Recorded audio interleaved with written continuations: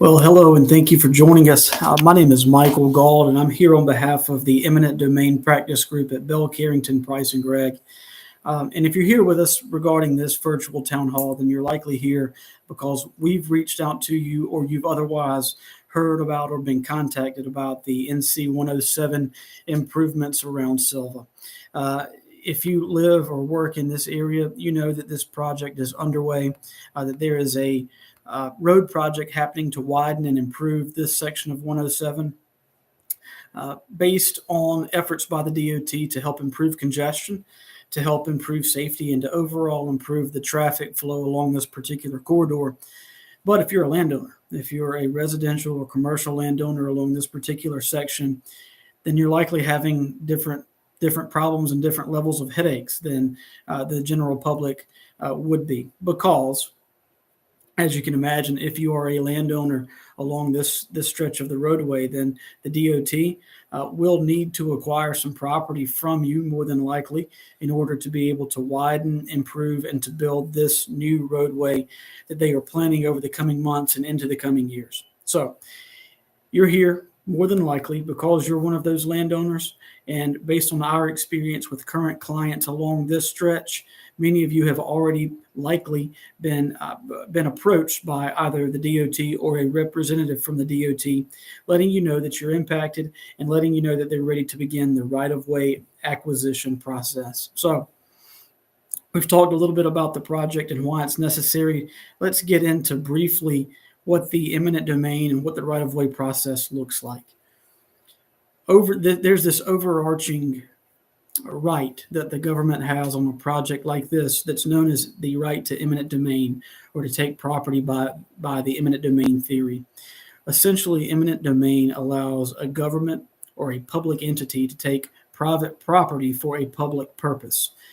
There's very little argument that roadway projects, widenings or reconstructions or improvement projects, they usually always are considered public projects. And because of that, because they benefit the public and the traffic along this corridor, the government, in this case the DOT, will likely have the authority and the ability to take what land they need in order to make sure that this project is completed.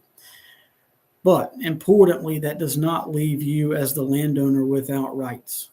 Among the most important of those rights is the right to what we call just compensation, meaning that even though the government can take the property from you if they're not able to settle or resolve these takings with you beforehand, they still have to pay you what's known as just compensation. They have to pay you fairly and adequately for the value of the property that they're taking from you, plus any damages to the remainder. And so that can sometimes be a complicated task, coming up with the actual number of just compensation. I like to say that it's not as simple as plugging in the figures into a calculator, finding a number, and having them pay you X amount of dollars.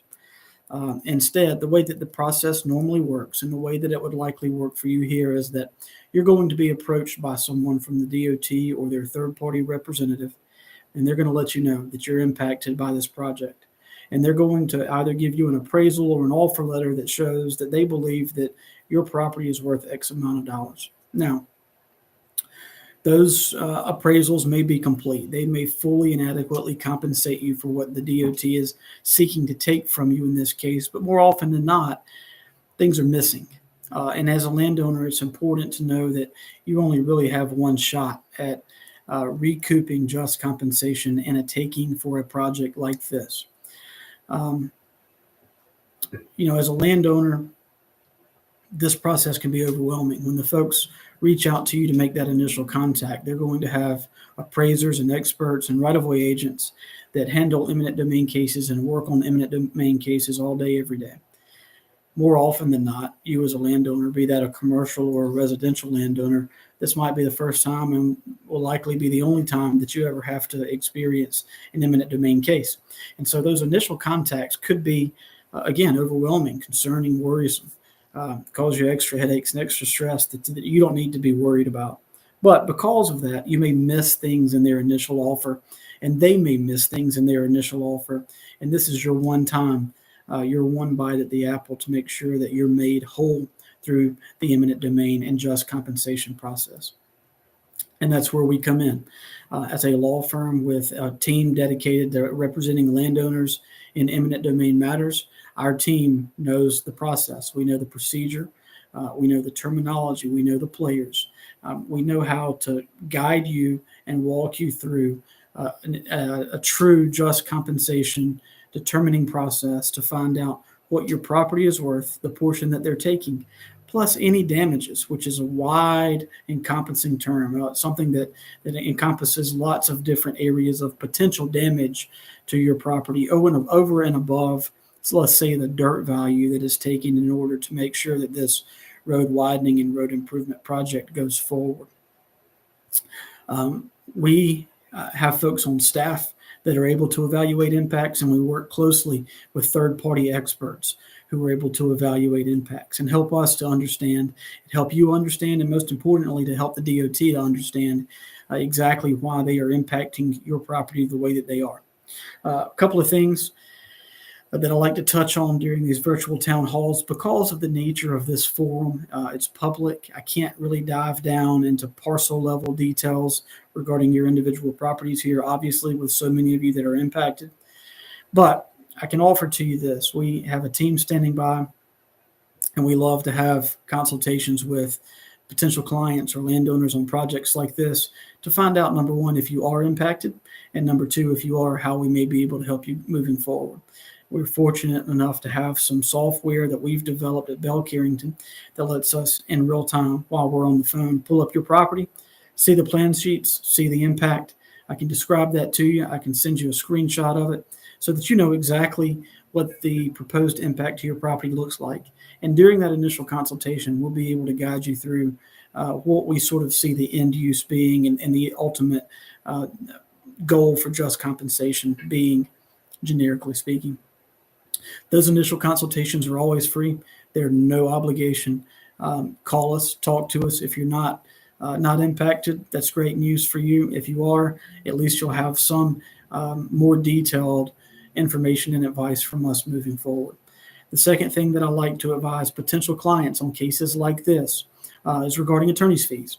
This is not the traditional attorney fee route where you would be required to pay a retainer fee out of pocket or upfront, or us bill you hourly.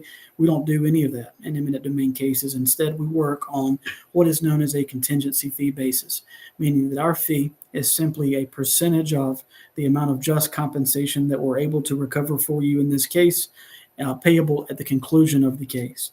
So this is not something where you would ever need to be required to pay out of pocket or upfront any attorney's fees or costs associated with our involvement in these matters until the conclusion of the case. And if we're not successful in increasing your just compensation, then you don't owe us anything. And so it's, there's really no out of pocket or upfront obligation on behalf of our clients in matters like this in eminent domain. So we know from working with our current clients on this project that the acquisition process has started. Offers are beginning to go out. Contact has been made or is being made with many of you. And there are lots of landowners on this project. And so it will be a process where some of you are contacted before others. But if you are a landowner here on the 107 Improvements project, or think that you may be, give us a call. You'll find our email addresses or phone numbers in the video description, and we'll put the appropriate person from our eminent domain team in touch with you to find out if you're impacted, and if so, how we may be able to help you moving forward. Again, Michael Galt and Lindsay Carrington, on behalf of the Carrington eminent domain team, we want to thank you for your time here today, and we look forward to speaking with some of you moving forward. Thanks again.